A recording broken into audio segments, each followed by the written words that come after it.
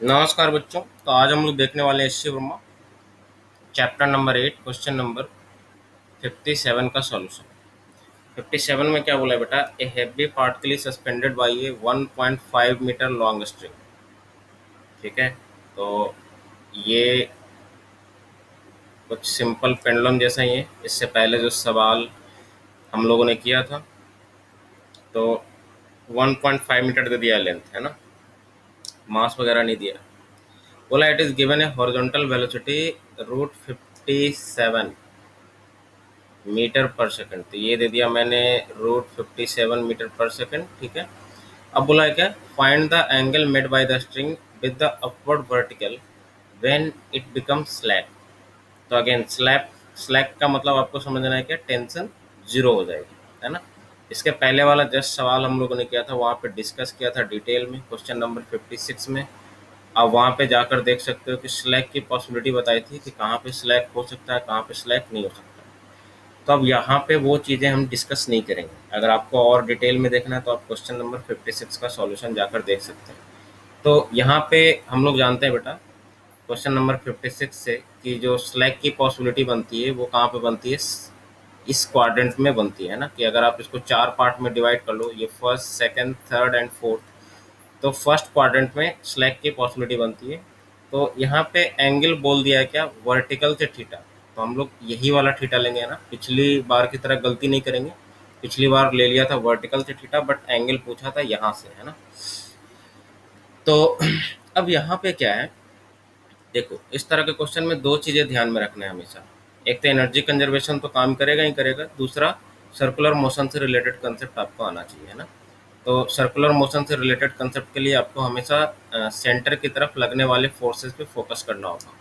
तो सेंटर की तरफ लगने वाला फोर्सेस कौन कौन सा हो सकता है बेटा? देख लो आप। एक तो देखो ये थीटा एंगल है, तो ये भी थीटा। तो एम जी का कंपोनेंट एक प्रोवाइड कर सकता है ना। तो एम जी का कंपोनेंट लिख लिया, एम जी कॉस थीटा। ठीक है, तो एक तो ये लग गया सेंटर की तरफ फोर्स। दूसरा क्या लग रहा होगा बेटा? टेंशन। बट सर टेंशन तो जीरो करना है, तो हाँ टेंशन को यहाँ पे हम लोग क्या करेंगे? जीरो।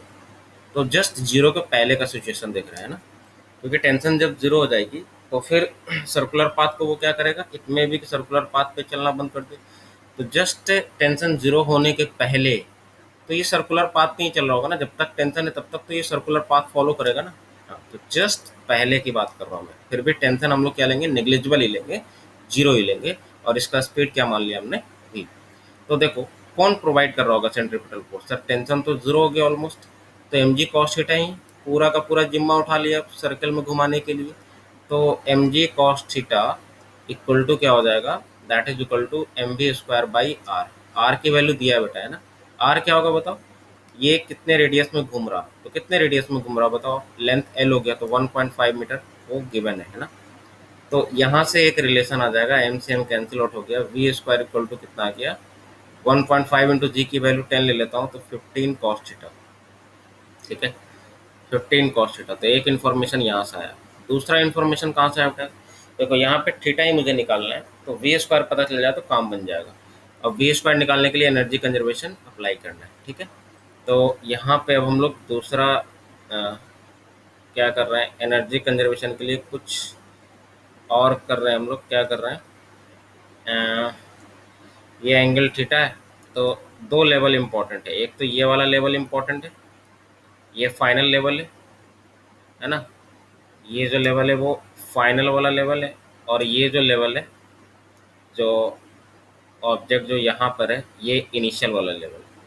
तो इनिशियल एनर्जी निकालो, फाइनल एनर्जी निकालो, दोनों को इक्वेट कर दो, क्योंकि एनर्जी तो कंजर्व रहेगी, मैकेनिकल एनर्जी। कोई भी एनर्जी खाने वाला एजेंट नहीं है, फ्रिक्शन फोर्सेस वगैरह नहीं है। तो यहाँ का एनर्जी लिखो बेटा। यहाँ का स्पीड पता है √57। यहाँ का स्पीड पता है कितना? v, है ना। तो यहाँ का रेफरेंस ले रहा हूँ मैं पोटेंशियल एनर्जी के लिए, तो यू जीरो ले लेता हूँ यहाँ का, है ना। अब देखो यहाँ पे लिखो टोटल एनर्जी कितना आएगा। एक तो आएगा क्या? पोटेंशियल एनर्जी हो गया, स्प्रिंग वगैरह तो है नहीं, तो दो ही एनर्जी होगा, पोटेंशियल एंड काइनेटिक। काइनेटिक में क्या आएगा? Half m v square. V square की जगह पे कितना आ जाएगा बेटा? 57। ठीक है, ये हो गया इनिशियल। फाइनल की बात करते हैं। फाइनल में एक तो काइनेटिक एनर्जी हो जाएगा sir, half m v square, plus potential energy के लिए रेफरेंस कहाँ पे लिया, ये वाला है ना। तो यहाँ से कितना ऊपर है ये हाइट आपको बताना है ना। तो ये तो आपको अब याद हो जाना चाहिए ना कि सर ये तो लेंथ एल होता है और ये कितना होता है बेटा, पहले भी हम लोग निकाल चुके हैं ना, एल कॉस थीटा होता है ना। तो एल कॉस थीटा होता है, तो ये जो एच की वैल्यू होगी वो क्या होगी, L into one plus cos theta, simple. तो एम जी एच करोगे तो एम जी एच की वैल्यू क्या होगी बेटा, L into one plus cos theta, सारा वैल्यू रख लिया। एम से एम कॉमन लेकर कैंसिल आउट कर दे रहा हूँ, ये हो जाएगा 57/2, 2 को कॉमन लेकर यहाँ भेज दे रहा हूँ, ठीक है। ये हो गया 57, ये हो गया वी स्क्वायर की वैल्यू रख दे रहा हूँ है ना, क्योंकि कॉस्ट थीटा ही अल्टीमेटली पूछ रहा है। तो वी स्क्वायर रख रहा हूँ 15 कॉस थीटा, 15 कॉस थीटा, और 2 को मैंने एलसीएम वगैरह लेके इसके साथ अटैच कर दिया, सॉरी इक्वल नहीं है, क्या ये प्लस है, 2 GL, इसको अलग अलग कर दे रहा हूँ, प्लस 2 GL कॉस थीटा। देखो दो दोनों के साथ जाएगा है ना, ये वाला जो दो दिख रहा है इसको मैंने इधर भेज दिया कॉमन लेके, ठीक है। तो अब क्या आएगा, जी और एल की वैल्यू पता है बेटा, एल की वैल्यू 1.5 है शायद है ना। तो ये हो गया 1.5 एंड 2, ये हो गया कितना, 3, 3 इंटू 30, 3 इंटू 10 कितना हो गया 30। तो 57 में से 30 माइनस करोगे तो 27 आ जाएगा इधर, और राइट हैंड साइड में कितना आ जाएगा यार, देख लो ये 1.5 इंटू 2 3, फिर ये 30 आ जाएगा। तो 30 एंड 15 ये कितना आ जाएगा 45, 45 कॉस थीटा, एंड 9 से कैंसिल आउट हो जाएगा, 9 पचे 45, 9 तिया 27। तो कॉस थीटा कितना आ गया यार 3/5। अब कॉस थीटा 3/5 तो आप जानते हो ये तो स्पेशल एंगल है, तो यहाँ पे कितना आ जाएगा 53 डिग्री पे क्या होता है कॉस, इतना होता है। तो एक तो ये हो गया पार्ट, तो अभी तो पार्ट ए निकला है। अब क्या बोला पार्ट बी में, find the speed of the particle at the instant. तो स्पीड तो सिंपली बेटा यहाँ से निकाल लोगे है ना, 15 कॉस थीटा, तो 15 इंटू कॉस थीटा की वैल्यू आप ऑलरेडी निकाल चुके हो, 3/5 रख लो यहाँ पे, 3/5। तो ये कितना आ जाएगा बेटा, 5 तिया 15, 3 तिया 9, तो ये आ गया वी स्क्वायर की वैल्यू 9 आ गई है ना। तो यहाँ पे गड़बड़ी मत कीजिएगा, तो वी की वैल्यू कितनी आ गई 3 मीटर पर सेकेंड, ये आ गया दूसरा आंसर, वी की वैल्यू 3 मीटर पर सेकेंड, ठीक है। तीसरा पार्ट में क्या बोल रहा है, find the maximum height reached by the particle over the point of suspension, है ना। तो पॉइंट ऑफ सस्पेंशन के ऊपर कितना हाइट ये गया वो वैल्यू बताना है। तो अब देखना मैक्सिमम हाइट कहाँ से बताना है, यहाँ से बताना है ना, यहाँ से ये टोटल मैक्सिमम हाइट कितना पहुंचेगा। Find the maximum height reached by the particle over the point of suspension, मतलब यहाँ से आपको मैक्सिमम हाइट बतानी है। अब आप सोचो यहाँ पे स्पीड कुछ ना कुछ है टेंजेंशियल डायरेक्शन में, तो देखो वो स्पीड तो आपने निकाल लिया 3 मीटर पर सेकेंड। तो अब देखना सिचुएशन को हम लोग ड्रॉ कर रहे हैं, यहाँ पे ये पॉइंट ऑफ सस्पेंशन है और ये क्या है बेटा, ये तो 1.5 मीटर है, ठीक है। पहले ये सर्कल में मूव कर रहा था बट चूंकि अब स्ट्रिंग स्लैग कर गया तो ये कितना है 3 मीटर पर सेकेंड स्पीड आ गया, ठीक है। स्पीड तो कितना है 3 मीटर पर सेकेंड। अब यहाँ पे क्या होगा बेटा, टेंशन तो जीरो हो गया, तो अब इस पार्टिकल पे सिर्फ और सिर्फ कौन लग रहा है एम जी। तो अब ये कैसे बिहेव करेगा, प्रोजेक्टाइल के जैसे, जैसे प्रोजेक्टाइल में करते थे ना, किसी एक पार्टिकल को फेंक दिया तो इस पर सिर्फ और सिर्फ कौन सा लग रहा है एम जी। तो ये कैसा पाथ फॉलो करता था, तो पैराबोलिक। यहाँ पर भी सिमिलर सिचुएशन होगा, अब ये कैसा पाथ फॉलो करने लगेगा पैराबोलिक, और फिर ये नीचे गिर जाएगा इस तरफ से। तो पैराबोलिक पाथ फॉलो करेगा, तो आप बताओ क्या ये मैक्सिमम यहीं पे रुकेगा या कहीं ना कहीं ऊपर आएगा यहाँ पे, तो आंसर इज यहाँ पे आएगा, ये मैक्सिमम हाइट यहाँ पे कुछ ना कुछ होगा। दैट मीन्स एक तो आपको ये वाला डिस्टेंस तो बताना ही है, और ये डिस्टेंस तो आप ऑलरेडी निकाल चुके हो है ना, कितना है बेटा ये वाला, ये आप जानते हो एल कॉस थीटा है ना। देखो यहाँ पे ये वाला डिस्टेंस और ये फिर प्रोजेक्टाइल प्लस ये एच, तो ये आपको ध्यान देना। तो ये तो ऑलरेडी आप निकाल चुके हो एल कॉस थीटा, एल की वैल्यू कितना है बेटा 1.5, इसको मैं निकाल लेता हूँ पहले, 1.5 एंड कॉस थीटा कितना आया 3/5, तो ये आ जाएगा कितना 5 से 5 या 15 0.3 एंड 3 या 9 0.9 आ जाएगा ये। अब अगर आपने ये एच निकाल ली तो काम बन जाएगा।